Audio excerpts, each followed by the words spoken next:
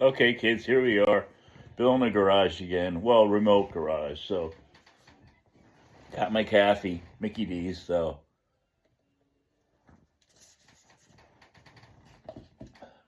we had a request from a listener up in Jersey City, New Jersey, affectionately called JC.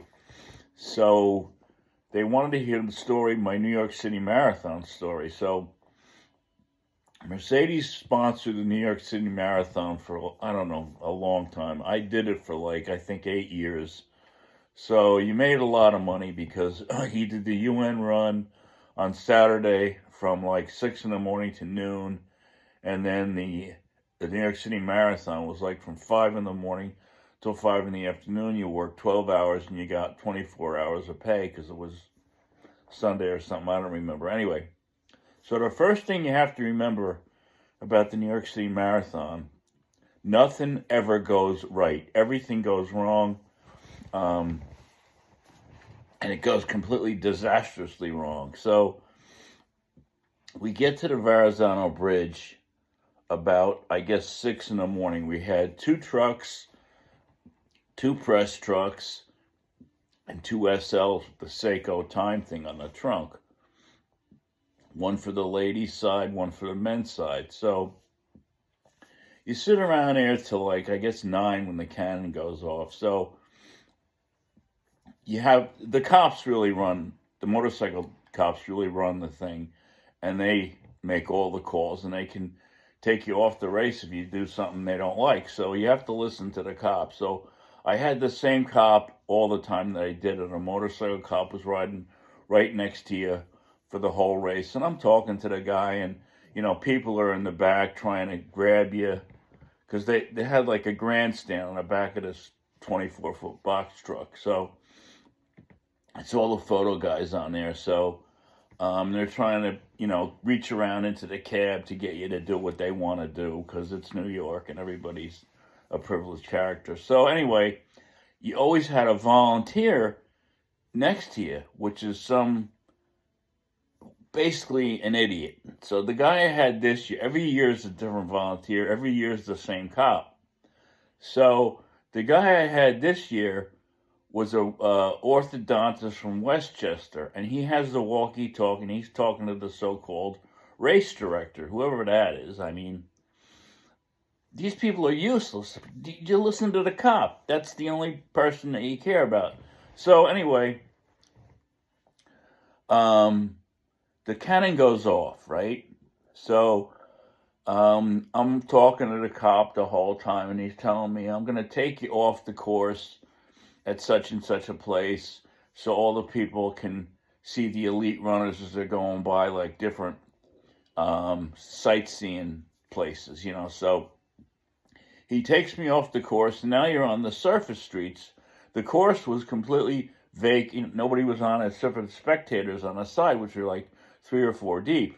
So takes me off the course a couple of times, and we stop, and the photographers get off the truck and everything, and so he goes, it's time to go. So I bang on the door and tell everybody in the back we're going. So typical New Yorkers, they don't listen. So I pull away, and there's one guy still there taking pictures. So he turns around, and now he gets down on his knees and he starts going, no, please come. Well, too bad, dude. You should have been on a truck. Anyway, this is when it gets dicey. So it's the end of the race. Now, you got to remember, these are the elite runners. We're in front of the elite runners. These are Kenyans that are going really fast. And another thing they don't tell you when the race is over, the elite runners piss and shit themselves because when you're doing that much exercise, you kind of lose control of everything if you're just taking in fluids. So they put a big Glad garbage bag over them when they give them the car because you don't want to see that on television. Anyway, so the cop says, I'm going to take you off the course and I'm going to get you up to Tavern on the Green so the people in the truck can photograph who's going to win because it ended on Tavern on the Green. So he takes off, right? And it's a long road. I don't remember where we were exactly, probably downtown Manhattan. There's a long street, and this guy. Oh, I forgot to say this volunteer the whole time he's running his mouth to me. You got to do this. You got to do that. The race directors. So fuck you. I don't listen to this guy. So the cop goes down the road, and I see him like way up there. He makes a right and goes somewhere. So I'm like, all right. So I go up there 100 miles an hour to find out where he went. And I pass where he had the barricades removed to get to Tavern on the Green on the surface streets. So I see him waiting there, with the lights on and everything, but I couldn't stop in time. So now I'm like, now what do I do? This is going to be on national TV, a major fuck up. The truck is going to be there, and it's going to be surrounded by the runners if I don't. So I asked this guy. Now this guy finally comes to some use, and I go, what should I do? You know what the guy does? He goes in the fetal position and puts the radio under and just like goes in the fetal. So I'm like, holy shit, this guy's useless. So I'm like, what am I going to do? I'm looking in the mirror, and the elite runners are probably like, I don't know, 100 yards away at this point. So I'm like, shit. So I wave the people off on this side of the sidewalk, and I go up on the sidewalk on that side, and I wave the people on the other side off that. So I go up on the sidewalk on the other side, and as soon as I get there, the cops open the barricades, and the motorcycle guy and us take off. Just as I look in the mirror, there go the elite runners. I'm like, holy shit.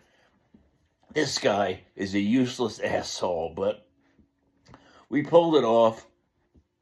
Next day, I get a call in a shop from Jack Sharkey ran them, all the advertising, the marathon and everything. He goes, Bill, looks like we almost had an incident there yesterday. I'm like, just about, Jack, just about. And, every time that we did it, something went wrong. So one year I'm there, and ABC News is there doing an interview with, Hubert. Hubert was the president's driver. This guy was the quintessential Irish asshole, man. And so he's talking to the news reporter from Eyewitness News and everything. So the cannon goes. Jose goes to start the truck. And these are all brand new trucks, so none of the bugs are worked out yet. The truck doesn't start. Famous starter relay, which is always a problem in all Mercedes in those days. So now it's on live TV, the truck doesn't start. So Jose goes down, grabs a screwdriver, and shorts the starter motor and gets the truck running. This is like a major fuck up on television. And the news lady goes into the camera, well, leave it to Mercedes-Benz to disable the trucks till the race is going to begin and it's off. So you can't make it up, kids. You cannot make this shit up. Remember, like and subscribe.